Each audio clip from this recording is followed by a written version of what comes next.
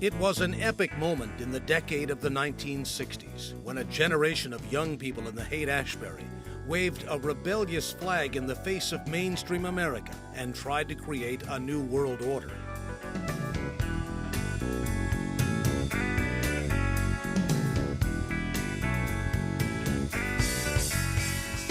It was known as San Francisco's Summer of Love.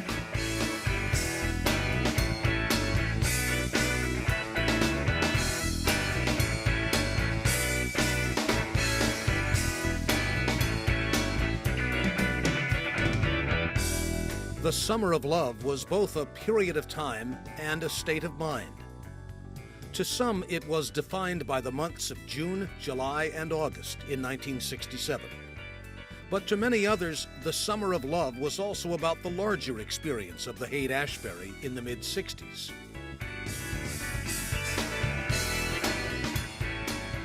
In its days of glory, the epicenter for this grand experiment was at Haight and Ashbury, two streets which intersect in a straight universe, celebrated a hippie counterculture of sex, drugs, and rock and roll, and embraced the ideals of peace and love.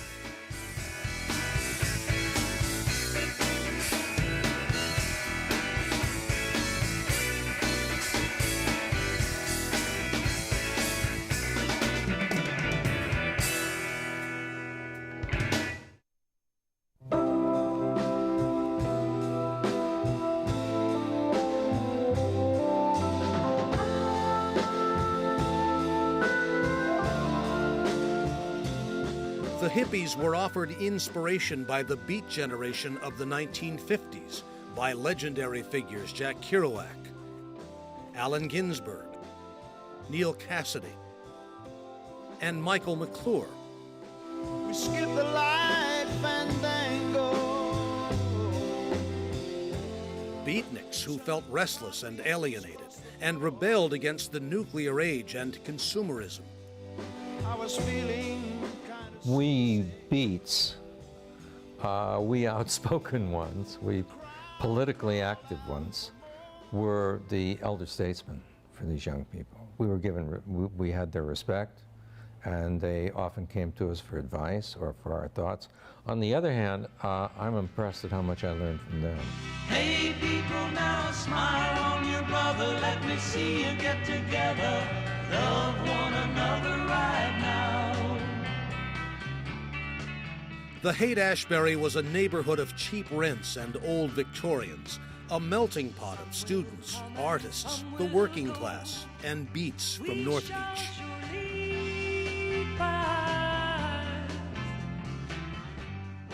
There was enough prosperity that it was possible to live a very, inexpensive existence without, having to spend all your time scrambling. You didn't have to work a job all the time. It felt like family, so that people you'd never met before felt like your brother or your sister. And if you had a meal, you shared it. In those days in the Haight Ashbury, nobody locked their house. Nobody locked their front door. It was a very sweet neighborhood.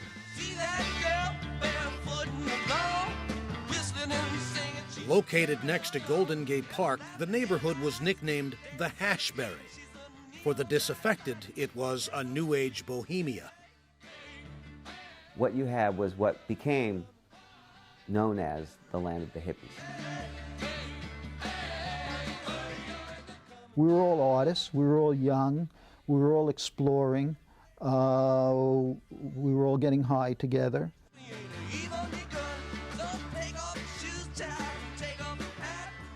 Well, you'd often meet somebody and have sex with them and never see them again. And it was not an exploitative thing. It was like falling in love for 3 hours and okay, bye. One day I walked down to Haight Street, and I saw a shop down there called the Psychedelic Shop. I said, this is getting pretty interesting. try to set the night on fire.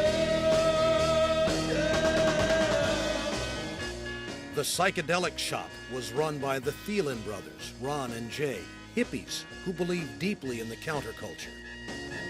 I think San Francisco is the holy city. I think it's going to be the Mecca of the West. And what I'm going to propose in January, although I don't know about the ethical propriety of it, is that Allen Ginsberg run for mayor of San Francisco. Their shop was a haven for the flower children and visitors like LSD guru Timothy Leary. Well, Haight Ashbury was filled with energy. You know, it was just beginning in '65 and '66.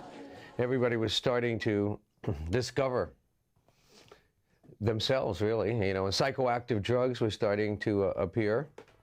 And remember, LSD was legal back then. I don't ever wanna see you crying. The neighborhood also had its own newspaper, the Oracle. The Oracle was the brainchild of Alan Cohen, a poet from New York who embraced the hippie rainbow dream. When we started the Oracle, we wanted to be a weekly newspaper. We also wanted every article to be illustrated by an artist. And then we'd spray the pages as they came off the press with jasmine perfume. So we were multi-sensorial. Down on me, down on me. The Oracle appeared in September of 1966, and at its peak, printed over 100,000 copies a month. Well, we went from being further and further from being a newspaper to being a philosophical journal and a guide for LSD trips. People would say that it was best read on a trip.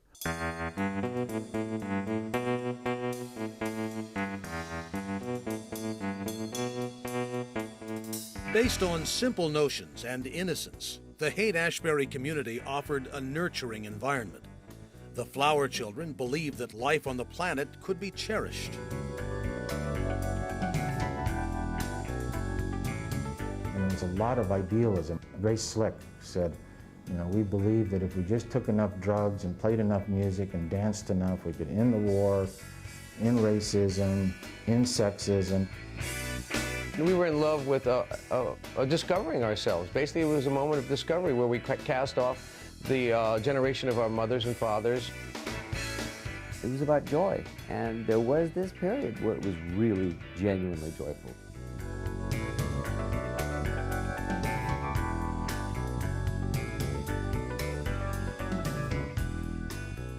It was a real community. One of the ironies, and perhaps a foolish irony, was that we were going to save the world. And we really meant it.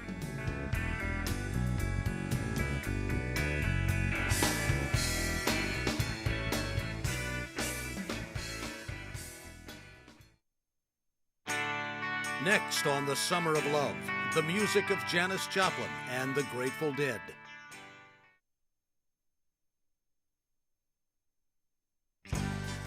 We now return to the Summer of Love and the music that defined a generation.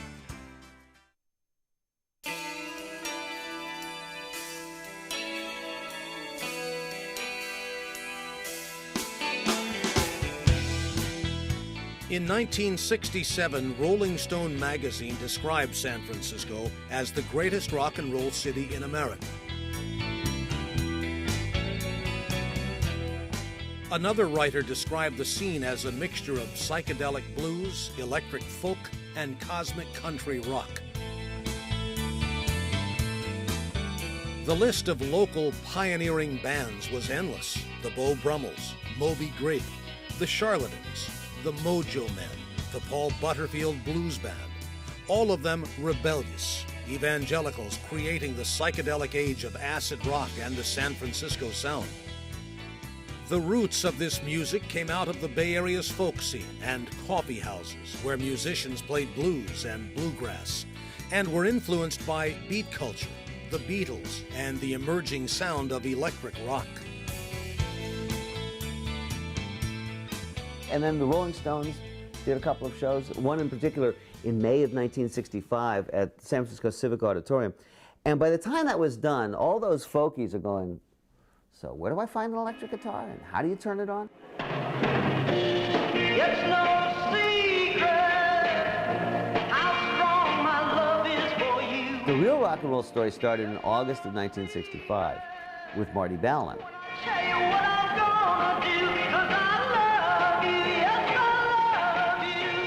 Marty Ballin put together the first of the San Francisco bands. It was called Jefferson Airplane. When the truth is found to be. Grace Slick joined the Airplane in 1966. Slick was a rich kid from Palo Alto who became both rock diva and rock outlaw. Somebody to love, don't you need somebody to love? Grace, ice, the Ice Queen. What a mind, what a voice, you know, and what a persona. She was absolutely, totally fearless. You know, she was like, you know, a fantasy girl, you know, the singer, the lead singer for the Jefferson Airplane, you know, singing about white rabbits and just totally free, you know, just pulling up her knickers and letting it all fly. And the ones that mother gives you. And then along comes Janis Joplin, and she knocks everybody's socks off.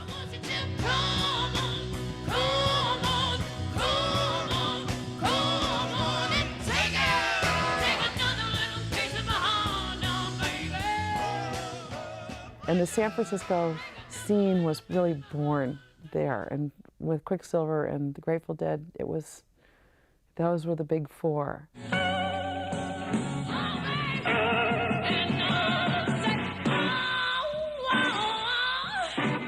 Janis Joplin would become the tragic star-crossed figure of booze, drugs, and rock, whose raw, soulful anti-establishment blues persona screamed out for love. It was fellow Texan Chet Helms, the hippie godfather of the San Francisco Sound and proprietor of the Avalon Ballroom, who introduced Joplin to a local band called Big Brother and the Holding Company.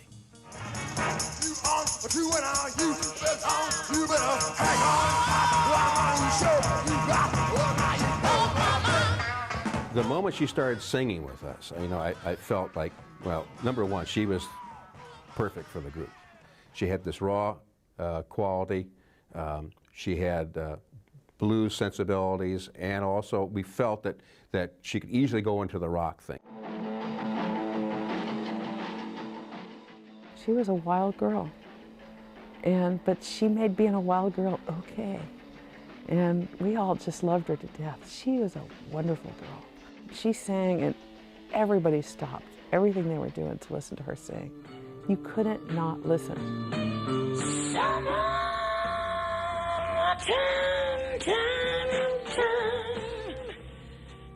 She could, you know, swear like a trooper. She could be extremely rude.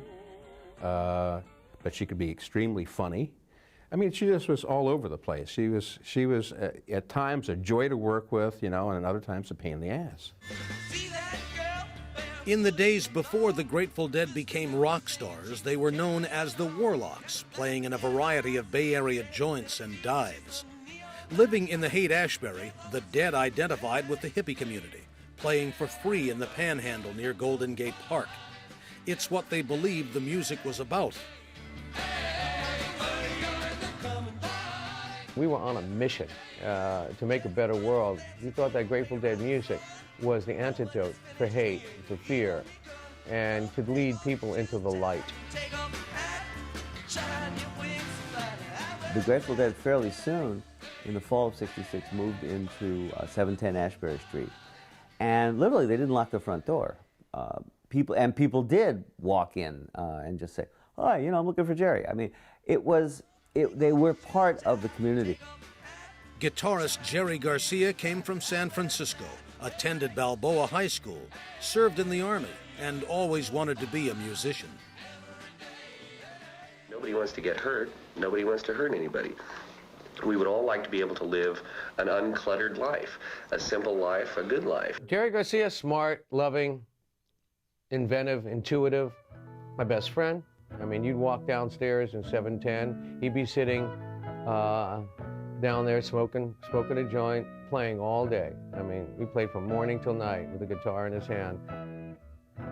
It was during one of the famed acid tests of LSD godfather Ken Kesey that Carolyn Adams met Jerry Garcia. It was 1966. They fell in love, eventually married, and had 2 children. The size of his personality was so big, and his depth of understanding of what people were really all about, what people really cared about in their lives, it informed his music. That path is for And made it that sort of luscious, soulful thing that it became.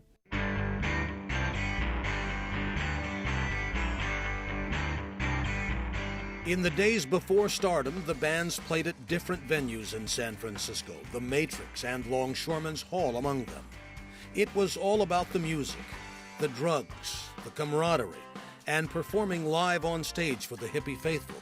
They were all in it together. The guitarists would just filter up on stage from other bands, and it was really a fun time. And that was my fondest memories. We're probably in '66, you know, playing the ballrooms here in San Francisco. It was really great. The Fillmore and the Avalon were the most famous rock and roll ballrooms in San Francisco. It was a magical, wonderful happening. The light shows created an environment. The music crept into your soul. The rhythms of it, the sounds of it. For the musicians, it was like playing at the Apollo Theater or on Broadway. It's groovy playing every one of those places, and every one of them was a turn on in his own way. But we played the Avalon a lot of times, and those are like really our people. The Fillmore was Bill Graham's creation. Chet Helms opened the Avalon. Chet and Bill were a good guy, bad guy. And Chet was a loving soul who basically wasn't really a business guy and just wanted to give away free and had this idea about the Avalon Ballroom. Chet was a sweet man, is a sweet man. Bill, on the other hand, was a stone-cold business guy, a bully, who I loved dearly. And I want somebody to tell me, come on! Summer of 1967, Janis Joplin was among those catapulted into rock and roll royalty with agents, deals, recording contracts, and legends to fulfill. But to some, the commercialism chafed at the Haight Ashbury ethic. Country Joe McDonald called it a sellout. The sound of San Francisco had come from a different place and a different spirit.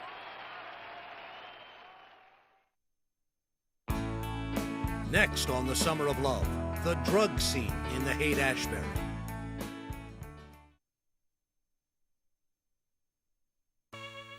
We now return to the Summer of Love and the drug culture of LSD. The drug doesn't create anything. The drug, LSD, is not, it is a catalyst. It works with your mind, whatever your mind creates. Along with the music, drugs were indispensable to the growing New Age mysticism of the Haight Ashbury. For many who indulged, drugs offered pleasure and enlightenment, a release from the constraints of conventional society, even a spiritual experience with God. The most popular drugs of choice were marijuana and LSD, or acid. Marijuana was the common everyday drug. You know, you sat down with your friends at night or for dinner and you smoked a joint. You met someone and you smoked a joint. LSD was something you used for a special event, special occasion, to go to the Avalon or the Fillmore.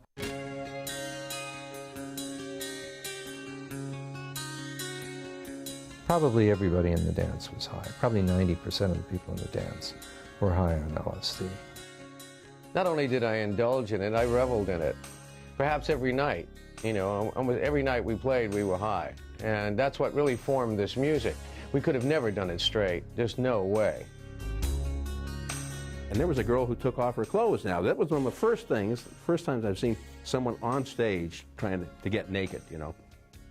People would just get down and make love on the side of the stage. There was a place off to the right there they really loved to be, and you can see them sometimes in the strobe lights making love.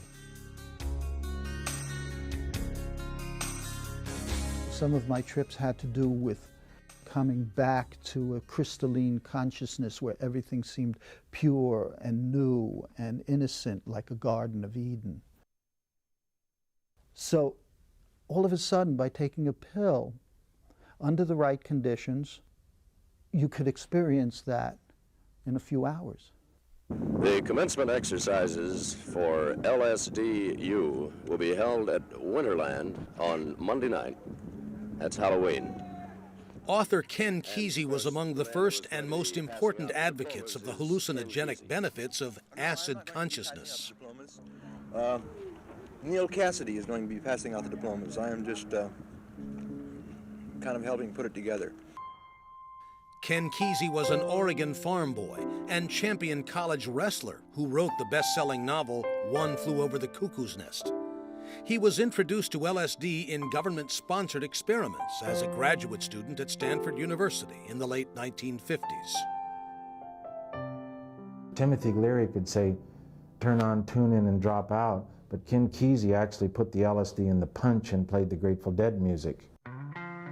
Kesey was extraordinarily important because of his free-form invitation to get high, called the acid test. And it was a totally chaotic, new, exploratory, multi-sensual environment that he created. Somebody says about acid, but it's a door. It's a door to heaven. It is a door, but you don't go through and through the door. The LSD part of the evening was produced in a large, like a plastic garbage can, and it was mixed usually with Kool-Aid, usually orange or sometimes green. Kesey and his band of merry pranksters drove to their psychedelic universe in a multicolored school bus. Beat legend Neil Cassidy was the driver. Before her relationship with Jerry Garcia, Carolyn Adams had a brief romance with Kesey, which produced a daughter. Carolyn also experienced LSD for the first time after joining the pranksters. When it was offered to me, I went for it immediately, and I have to say I loved it. I really loved it. I took a small dose at first because I wanted to make sure that I could keep my feet grounded. Though LSD guru Timothy Leary was famous for his acid mantra of turn on, tune in, drop out, his approach to the drug was more serious and religious than that of the fun-loving Kesey. What do you think of what you've seen here at the psychedelic shop today? I see flowers, I listen to flutes, I see searching young people looking for beauty, I see joy, I see no guns, I see no handcuffs. I think this is a holy place. But the establishment saw LSD as a dangerous new drug. Well, I'm terribly frightened by the problem with LSD. I think there's been a great deal of misinformation by those who seem to see no harm in it. But as a parent and as a citizen, and certainly now in this position, I am greatly concerned. The whole problem is that legislators and doctors and psychiatrists, physicians, have been pounding away at how dangerous this is because they have never had the joyous experience. There's nothing grown up or sophisticated in taking an LSD trip at all. They're just being complete fools. There wasn't a dark side to LSD.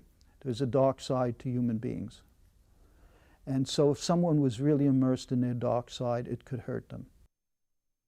If you were in a particularly bad mood, you could have what we used to call a bad trip. You cannot pass laws against what people do inside their own bodies. You can't pass laws about what people feel, what people think, or how they change their own consciousness. But law enforcement became more vigorous in going after those in the drug culture. Can you tell us how you have managed to evade arrest since you've been in San Francisco? In a little detail. I haven't. Well, in 1966, Ken Kesey was in trouble with the law, arrested with Carolyn Adams for possession of marijuana. Carolyn, how did this experience affect you? Oh, I'm tired of it all. Are you glad it happened? Well, I'm not glad it happened, but I'm not sorry about it particularly. I mean, I'm not weeping with remorse. Before his arrest, Kesey had fled to Mexico with the Merry Pranksters. After his return to the Bay Area, he would perform one last acid test. It was a trade-off deal that Kesey did with the police here in San Francisco on his second bust. That if they made a deal with him that if he would publicly renounce drugs, they would give him a reduced sentence. I feel that a man has the right to be as big as he feels it in him to be. I don't think I have the right to hurt anyone. And they were really trying to get him, and they really wanted to put him in jail. When I first proposed the idea to Jerry Garcia, the leader of the Grateful Dead, who's playing up there now, that it's time to graduate from acid, he says, hallelujah, hallelujah. As one of the original spiritual leaders of the psychedelic age, Ken Kesey's very public role in LSD was over. After serving a brief time in jail, Kesey returned to Oregon with his wife and children. The possession of LSD became illegal in California on October 6, 1966.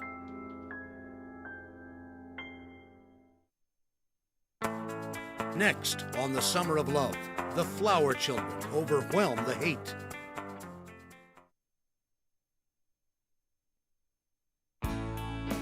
We now return to the Summer of Love and the Flower Children.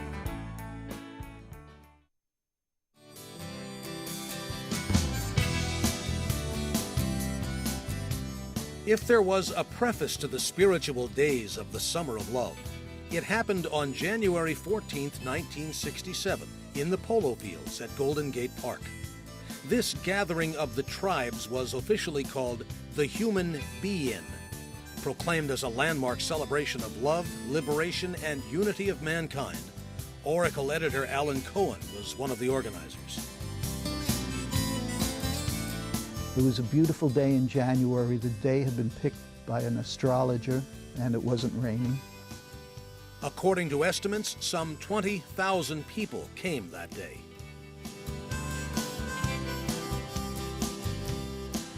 All of the bands played, the Airplane and the Dead and Quicksilver and Big Brother.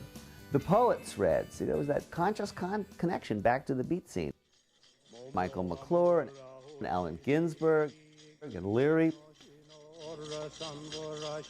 And each read or prayed or meditated or chanted from the stage. It was an extraordinary day of peacefulness. Though the Human Be-In would herald the Summer of Love and the celebration of sex, drugs, and rock and roll, its virtues would be lost by autumn. Unfortunately, what also happened was when you gather 20,000 people together in one space, you cannot, be ignored by the media. And all of a sudden, the entire American media went, what's happening here?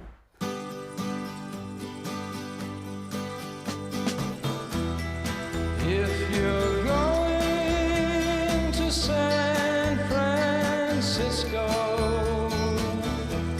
be sure to wear some flowers in your hair. In June, when Scott McKenzie's recording of San Francisco was released, the hippies had their own anthem.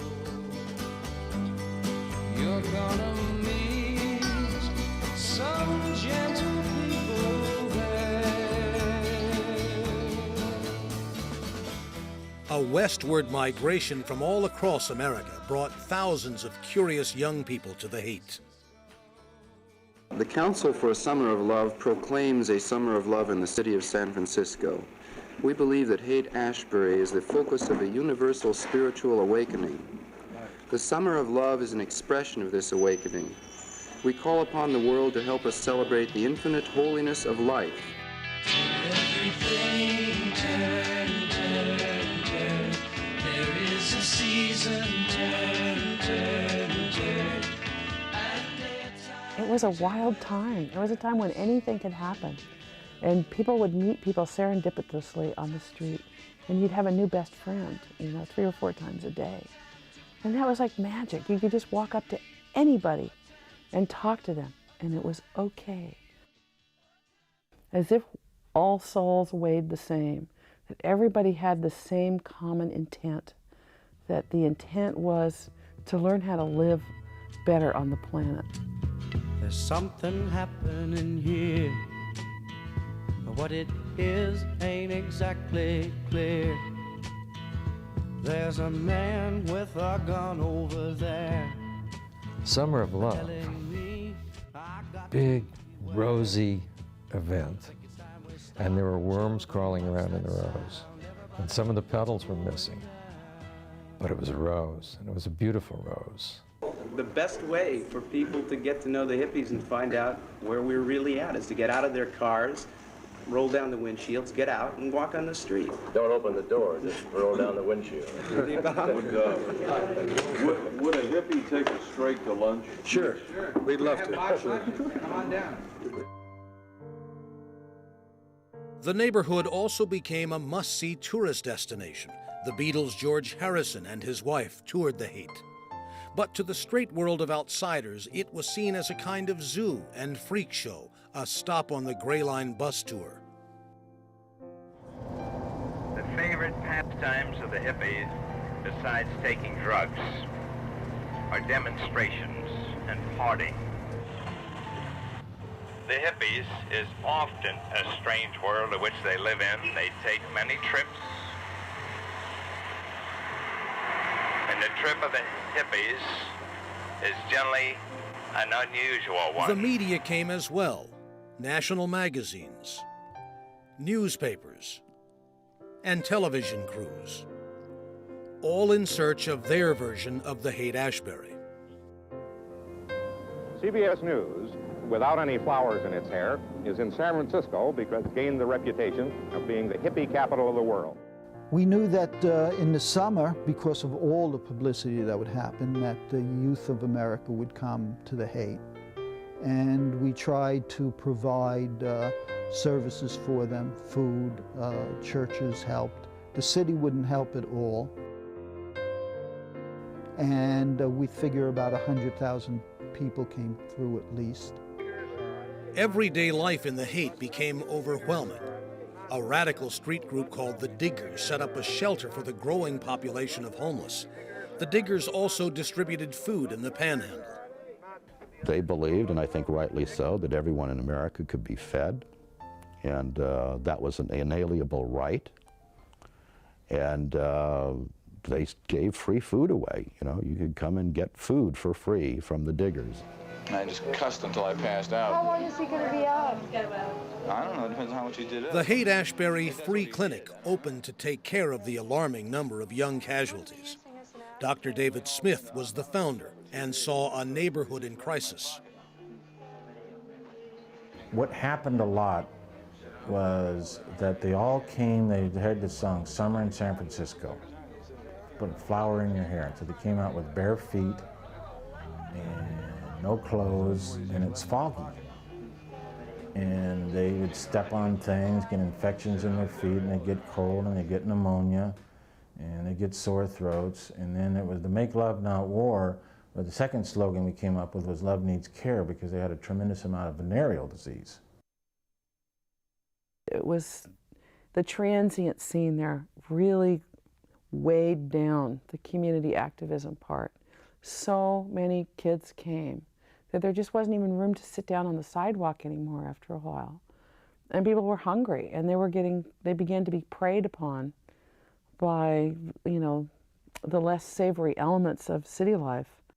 There was a great deterioration of living conditions, of bad trips, people who weren't prepared for what was happening, bad drugs, rip-offs, and so on. And outlaw elements poured into the Haight. And so it became a more dangerous stew than it had been before.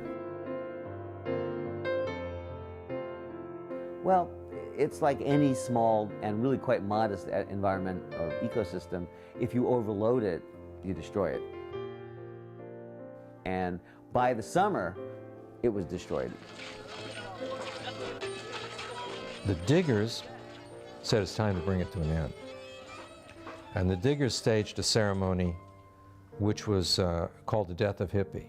And they buried the sign from the psychedelic shop, and they had some rituals and some ceremonies and just said, that's the end of it. It was October 6th, 1967. As the ideals of the Flower Children seemed to go up in smoke, the symbolic death of hippie signified the official end of the Summer of Love. Next on the Summer of Love, the ideals of the Haight Ashbury disintegrate.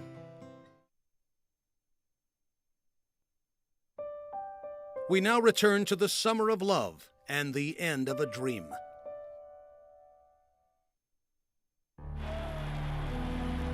By 1968, when Richard Nixon was elected president, America was a wounded culture, demoralized by the war in Vietnam, the assassinations of Martin Luther King and Robert Kennedy, riots on ghetto streets and college campuses.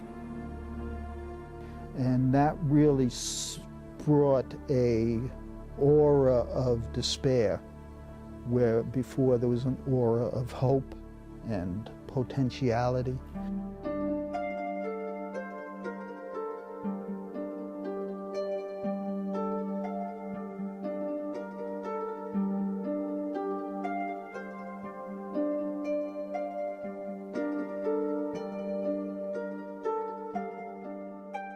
The innocence of Haight Ashbury was also gone. The ideals of peace and love abandoned. Many of the Flower Children departed to communes and safety. Neal Cassady was dead from a drug overdose. The Grateful Dead vacated their rock commune at 710 Ashbury Street. Even future cult leader Charlie Manson had taken residence during the neighborhood's disintegration. The dark side of the hippie culture was unavoidable. It was terrible. The businesses started to close up. It was like a ghetto. Things were being shuttered. The property values went down. Everybody was trying to sell and move out of the Haight. The drug scene was very hard. It was a teenage drug ghetto. And the cops were busting runaways. I'm running away from being where I don't want to be. I'm coming to where I want to be. And when I get there, they keep taking me away, and I'm getting sick of this.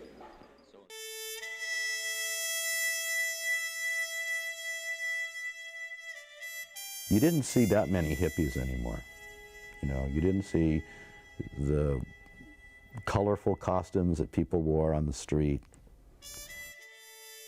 You started to see it more like a Skid Row. You felt sick when you shared food, sex, drugs with somebody else or danced with them. It made you sick. It made you, instead of spiritually more open, it was like, ew, this is not good. And the other part of it was the bad drugs. What hippies called bad drugs is speed, heroin. God, a lot of my friends died in '67 and '68. Bikers moved into the area. I think they exploited a lot of the hippies. They saw them as weak because they seemed to be loving. There was riots in the Haight Ashbury. I remember friends of mine came back to my apartment building and went, with tear gas in their eyes, and it was horrible. A lot of the people, including myself, moved out of the Haight because we saw it degenerating into criminality. A lot of thugs came in, and a lot of drug dealers came in who were dealing and addicted to amphetamines and even heroin. I think I left before there was real violence, but it felt violent. It felt ugly. It felt, I felt frightened for my life. I felt frightened like somebody might hurt me. The culture of paranoia and antagonism in the Haight Ashbury was unavoidable as well. There was talk of conspiracy, that communists, FBI agents, subversives, and provocateurs roamed its landscape. The fear, however, was very real for Dr. David Smith and the Haight Ashbury Free Clinic. And it's not an anarchist movement. The hippies aren't interested in any philosophy, including communism. They just want to live their own life. We were viewed as a threat that had to be crushed. There were more FBI informants down here than there were press. They were all over the place. The tension escalated into open hostility and street battles with the cops. The police could never get it, never got it at all. They didn't like the drugs, they didn't like the people, they didn't like the dress, they didn't like the more than two people living in a house. They didn't like the street scene, they didn't like the night scene. It didn't feel homey anymore. We were both crowded out and vibed out by the antagonism from the police. And it was overwhelming. There was a time in which the police came, they called out the paddy wagons and just beat the crap out of all the hippies in the street. And I went down there, I was watching it from the top of 558 Clayton Street.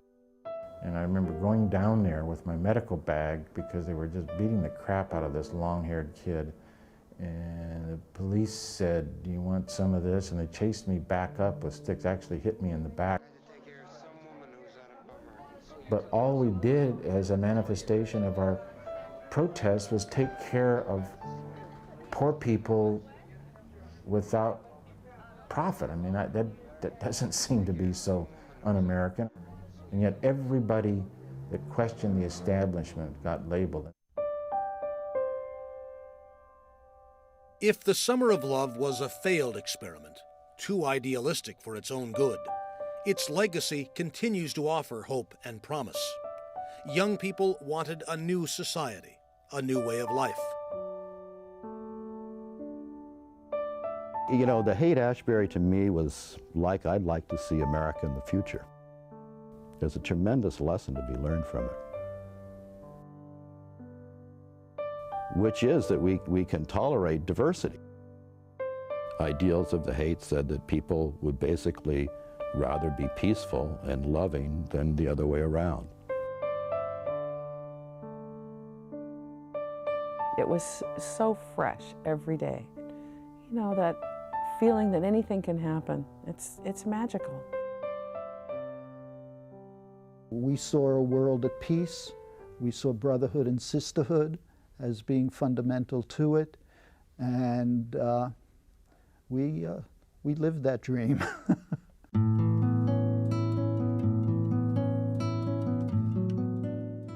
So it really was the summer of love. It was really people getting together from all walks of life and finding out that their similarities were more grandiose than their differences. Most people will look at the 60s as being a rather chaotic Dionysian time in which people had a big party and then disappeared. But what I'm saying is it wasn't. I think that the cultural ideals of the Haight Ashbury have lived on and done incredible good in this country. And I hope people understand that we saw that clearly back then. We saw clearly what we thought the world needed, and we really wanted to save the world. And I hope we still can.